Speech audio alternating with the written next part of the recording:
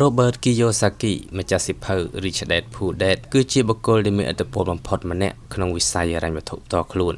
នេះគឺជាទស្សនៈពេញនិយមទាំង10របស់គាត់ទី1ទ្រព្យសម្បត្តិនិងបំណុលអ្នកត្រូវតែដឹងពីភាពខុសគ្នារវាងទ្រព្យសម្បត្តិនិងបំណុលហើយត្រូវទិញតែទ្រព្យសម្បត្តិប៉ុណ្ណោះលោក Robert និយមន័យទ្រព្យសម្បត្តិគឺជាអ្វីដែលដាក់លុយចូលហោប៉ៅរបស់អ្នកដូចជាផ្ទះជួលភាគលាភចំណែកឯបំណុលគឺជាអ្វីដែលដកលុយចេញពីហោប៉ៅរបស់អ្នក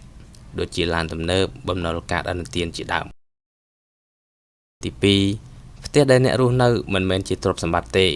ផ្ទះរបស់អ្នកមិនមែនជាទ្រព្យសម្បត្តិទេតែវាគឺជាបំណុលនេះគឺជាទស្សនៈដែលចម្រូងចម្រាសបំផុតគាត់ពន្យល់ថាបើអ្នករស់នៅខ្លួនឯងអ្នកត្រូវចំណាយលើការជួសជុលការបង់ពន្ធនិងការបង់រំលោះវាត្រូវបានដកលុយចេញពីហោប៉ៅរបស់អ្នកហើយវានឹងក្លាយជាទ្រព្យសម្បត្តិលុះត្រាតែវាបង្កើតចំណូលជួលឲ្យអ្នកទី3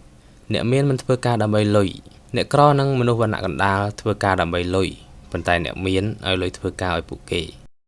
ជាជាងការលក់កម្លាំងពលកម្មដើម្បីប្រាក់ខែអ្នកមានផ្ដោតលើការបង្កើតនិងការទិញប្រភពចំណូលកម្មដែលអាចបង្កើតលុយឲ្យពួកគេសូម្បីតែពួកគេកំពុងគេង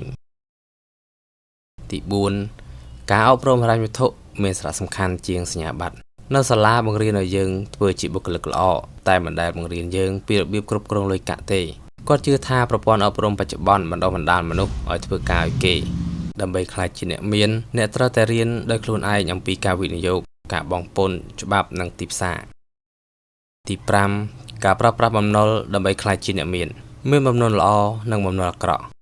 បំណុលអាក្រក់គឺការយកលុយទៅទិញរបស់ប្រើប្រាស់ដែលធ្លាក់ថ្លៃរីឯបំណុលល្អគឺការខ្ចីលុយធនាគារមកវិនិយោគដូចជាការទិញអចលនទ្រព្យសម្រាប់ជួលដែលចំណូលពីការវិនិយោគនោះមានកម្រិតខ្ពស់ជាងការប្រាក់ដែលអ្នកត្រូវសងធនាគារទី6កុំខ្លាចកំហុសនឹងការបរាជ័យអ្នកចាញ់នឹងបោះបង់នៅពេលដែលពួកគេបរាជ័យចំណែកអ្នកឈ្នះនឹងបរាជ័យរហូតដល់ពួកគេជោគជ័យក្នុងវិស័យហិរញ្ញវត្ថុការខាតបង់គឺជាមេរៀនលោក Robert លើកទឹកចិត្តឲ្យមនុស្សហ៊ានប្រឈមមុខនឹងការភ័យខ្លាចព្រោះការមិនហ៊ានធ្វើអ្វីសោះគឺជាហានិភ័យដ៏ធំបំផុតទី7ចំណាយលើខ្លួនឯងមុនគេប្រសិនបើអ្នកមិនអាចគ្រប់គ្រងវិន័យខ្លួនឯងបានទេកុំសង្ឃឹមថាអ្នកនឹងក្លាយជាអ្នកមាននៅពេលដែលទទួលបានចំណូលអ្នកគួរតែដកប្រាក់មួយផ្នែកទុកសម្រាប់វិនិយោគមុនសិនមុននឹងយកទៅបង់ថ្លៃទឹកភ្លើងឬការចំណាយផ្សេងៗវិធីនេះបង្ខំឲ្យអ្នកត្រូវរកវិធីរកចំណូលបន្ថែមដើម្បីទូទាត់ការចំណាយដែលនៅសល់ទី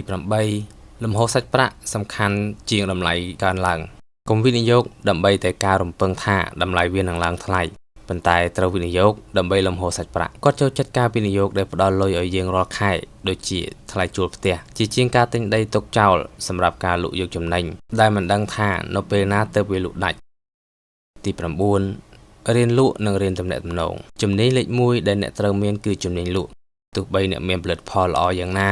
បើអ្នកមិនចេះលក់ឬអ្នកមិនចេះទាក់ទាញវិនិយោគទេ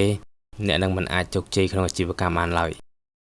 ទី10ចូលធ្វើជាម្ចាស់អាជីវកម្មឬជាអ្នកវិនិយោគចូលដើរចេញពីផ្នែកខាងឆ្វេងទៅផ្នែកខាងស្ដាំនៃតារាង Cash Flow Quadrant ដើម្បីមានសេរីភាពហិរញ្ញវត្ថុពិតប្រាកដអ្នកត្រូវតែបង្កើតប្រព័ន្ធអាជីវកម្មដែលដំណើរការដោយគ្មានវត្តមានរបស់អ្នកឬវិនិយោគឲ្យលុយបង្កើតលុយ